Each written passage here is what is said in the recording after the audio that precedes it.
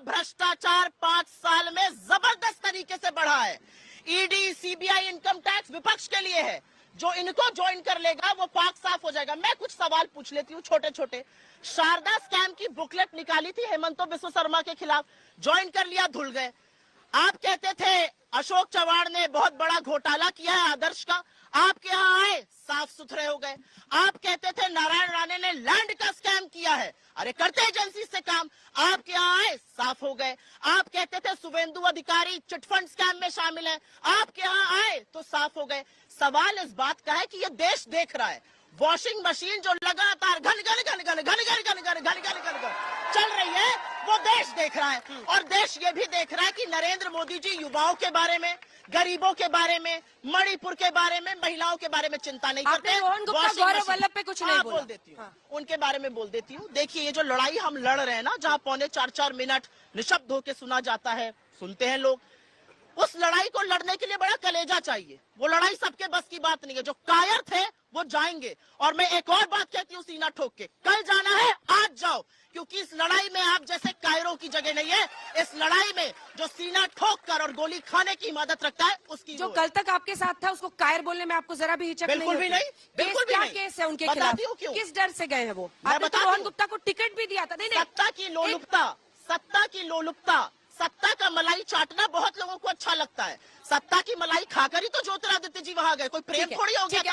अगले सवाल पे छोटा सा जवाब फिर आपके पास जा रही हूँ। अपना भी टाइम गिनिएगा सुप्रिया जी, अपना टाइम आप गिनती नहीं है।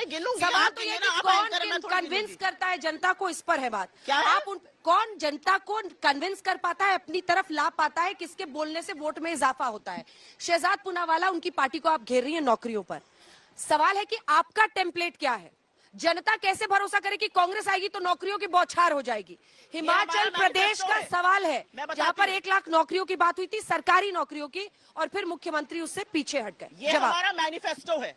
और हमारी सरकार सिर्फ हिमाचल में ही नहीं है, हमारी सरकार कर्नाटक में है, हमारी सरकार तेलंगाना में है। हमने गृह ज्योति, गृह लक्ष्मी से लेके गिग वर्कर्स के लिए जो वहां पे काम किया है, वो एक टेम्पलेट बनी है। ये मैनिफेस्टो उठाइएगा और देखिएगा कि किन 5 स्तंभों पे हम बात करते हैं। हम आप जैसी लड़कियों के लिए, आप जैसे युवाओं के लिए अब 30 लाख सरकारी नौकरी, 1-2 सवाल नहीं, 1-2 सवाल प्लीज, पक्की होने की, 50% नौकरियों में महिला के लिए आरक्षण। ऐसे लड़ते हैं मुझसे, जिन्होंने 2 लाइन ज्यादा बोला, उन्होंने 3 मिनट बोला। नहीं अंजना जी, एक वाक्य अंजना जी, एक वाक्य तो बोलने दीजिए। सर, मेरा सवाल आपसे है कि 2019 की नीति आयोग की मीटिंग में मोदी जी ने बोला था 2024 तक हम 5 ट्रिलियन इकोनॉमी ले जाएंगे, डॉलर इकोनॉमी, लेकिन आज जो मौजूदा इकोनॉमी है वो 3.7 है। तो कहाँ गई इकोनॉमी? अभी तक 5 ट्रिलियन इकोनॉमी, डॉलर इकोनॉमी क्यों नहीं? 22 में लाने वाले थे, 22 में। आपसे जवाब सुनिए। अब मैं बात रख लूं।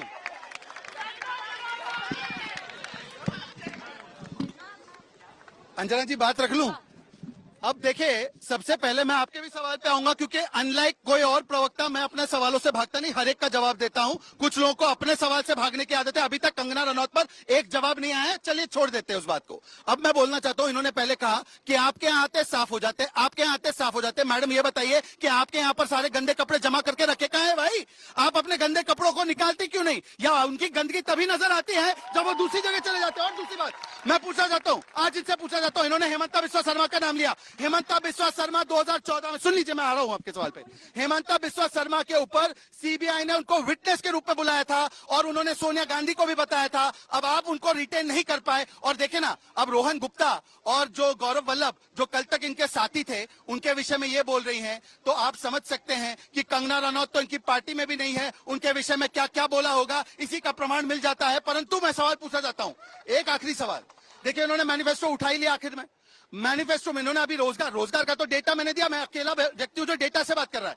इन्होंने लिखा है कि 1 लाख रुपए हर बेरोजगार को देंगे। अगेन, प्रवीण चक्रवर्ती को जब पूछा गया इसका बजट क्या है, तो उन्होंने कहा 1 लाख करोड़ इसका बजट है।